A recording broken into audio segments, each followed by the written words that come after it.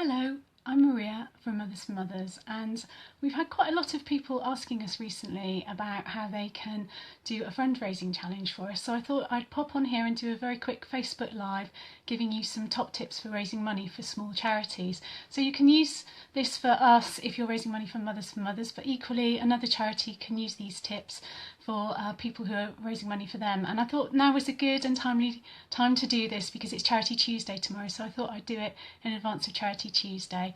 So please do feel free to share this with other people if you think it will be useful for them. So my first tip when you're raising money for a small charity is to find your platform. And basically this just means finding out from that charity that you're raising money for wherever it is that they raise their money. So there's lots of options. Some people use Virgin Money, some people use Just Giving, some people use local giving. And at Mothers for Mothers we use local giving. I'll put the link to our local giving site up in the comments under this live when I finish, but also you can find the donate button on our page and you can just press that and make a donation on our local giving site. So find out what platform your small charity is using, and if you find out they haven't got one, maybe you could even create one for them. It's not a difficult thing to do, and it would be a really kind thing to do because they can use that again in the future whenever they want to have other people raising money for them. So that's a really good start. Then you create your own page and link it to their page, so when people are sponsoring you, the money goes straight to your charity of choice. It's really important to raise money for small charities in this way because most small charities don't have this big machine behind them doing their marketing, doing their publicity, running their funding campaigns. Normally they may just have one person, or it may just all be done by volunteers. So individuals who raise money for small charities are doing a massive service for them. They're keeping their services alive and helping those services be available for people in their communities that are using them. So find your platform and set yourself up. Now once you've done that, tip number 2 is tell your story. So this is basically your why. Why is this charity important to you? Why do you want to raise money for it? What is it that they do that your friends and your family and other people who know you should be supporting your efforts to raise money for it? Make this story as clear and as alive and as vivid as you can. What we find at Mothers for Mothers is, because there's still a lot of stigma attached to maternal mental health, lots of people don't feel comfortable with telling their story, but they do want to raise money. And it's a difficult situation, but contact your charity because they will have case studies, they will have information about the services they provide, they will be able to help you with telling that story. But it's very powerful to tell that story, and the more alive you make that story, the more people will embrace it and will want to fund whatever it is that you're doing. We had a young man raise some money for us because his sister-in-law had been affected by maternal mental health, and she'd been supported by us, but she didn't want to tell her story, so he did this anonymously. And one of his big motivations behind it was he wanted women and families to feel comfortable to seek the support they need when they need it. Just as when somebody breaks a leg and they seek help with that physical injury, people who've got a mental illness, whether that's maternal mental health or any other mental illness, should feel comfortable to seek the help that they need. And so at Mothers for Mothers, the services we provide for women and their families are a telephone help and support line, home visiting for mums who are too ill to leave their own house. We also provide counselling in our offices, and we provide 4 peer support groups across the city. So you can talk about the services, and you can tell the story of how the services helped you, whether that be our services here at Mothers for Mothers or your chosen charity that's close to your own heart. Just tell the story of how those services help people, and that makes it powerful, and it makes people happier to support you and want to give you money.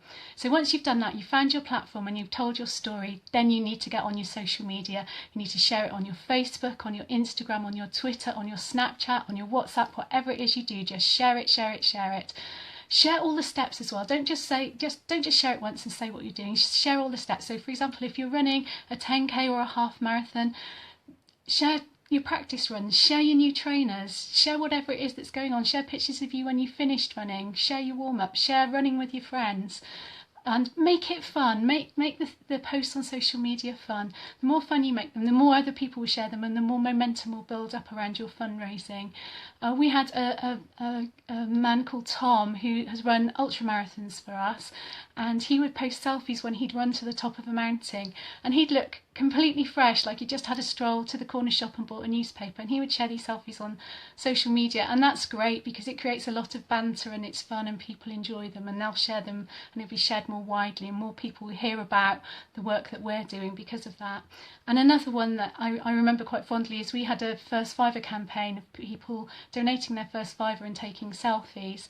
And at first it's just people holding up their first fivers, and then as the momentum grew with that, people were taking their pictures in more bizarre places and more fun pictures, and lots of exciting things going on with those fivers. And one I remember in particular was a very hipster man with his big beard and his pint with just that much left in it, a very sad face, donating his first fiver to Mothers for Mothers because he wasn't having another pint, he was giving us his first fiver. And people loved that on social media and shared it widely.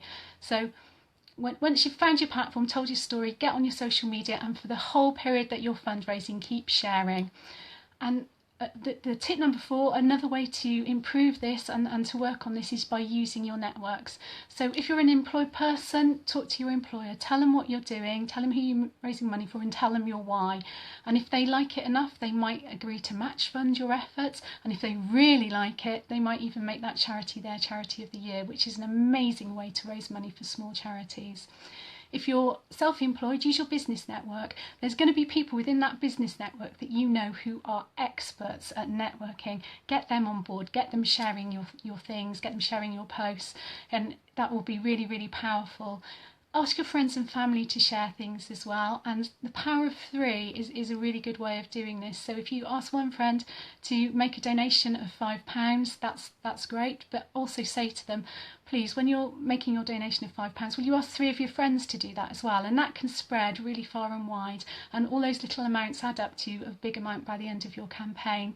So that's a really good way of doing things. And also engage with the charity that you're raising money for. Let them know what you're doing so they can share all your posts and be part of your network and get involved in that way. And then the 5th tip is to give targets. Now, if you give targets for what you're doing, it makes it real, and it makes the people who are donating money to your cause understand what it is that they're providing by that money they're donating. So, for example, in Mothers for Mothers, I would say things like, if you donate £10, that will provide a 1-hour session with a place support worker. If you donate £20, that will provide either a home visit to a vulnerable mum who's too ill to leave her own home, or it could provide some phone support.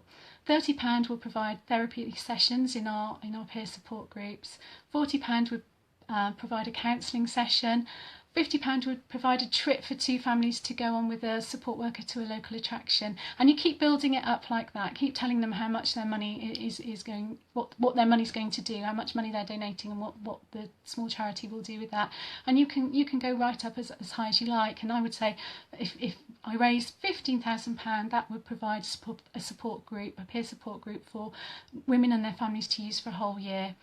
So that's the 5 tips. I'll give you a quick recap. Use your platform, tell your story, use social media, use your network, and give targets to make it real and make it fun. That's one of the most important things. Make what you're doing fun. I'm going to give you a bonus tip as well. Don't forget the gift aid. When you press your donate button, you can also have the option to gift aid. And if you're a UK taxpayer, if you use the gift aid, that's giving the small charity even extra money. And as it's Christmas, I'll give you a Christmas tip too. So we're in that season where lots of people start buying their charity Christmas cards from the large charities, but also some people do a post on social media saying, I'm not going to spend money on cards this year, and I'm not going to spend money on postage, so I'm going to make a donation to a charity instead. So ask your supporters, ask your followers, ask people involved with your charity to consider making their Christmas card donation to you, and to include your details when they're posting about it on social media. So that's my Christmas tip. So I'd just like to say thank you to everyone who does support us and does raise money for us, and anyone who's thinking of doing that. I hope these 5 tips help you. And even if you're thinking of raising money for another small charity, I hope these 5 tips are helpful. And please feel free to share this with other small charities or with people who are looking to raise money for whatever charity it is that's close to their heart, because individuals raising money for small charities are our absolute lifeline, and they are such a big source of what keeps our services alive in the community. So thank you to everyone for doing that.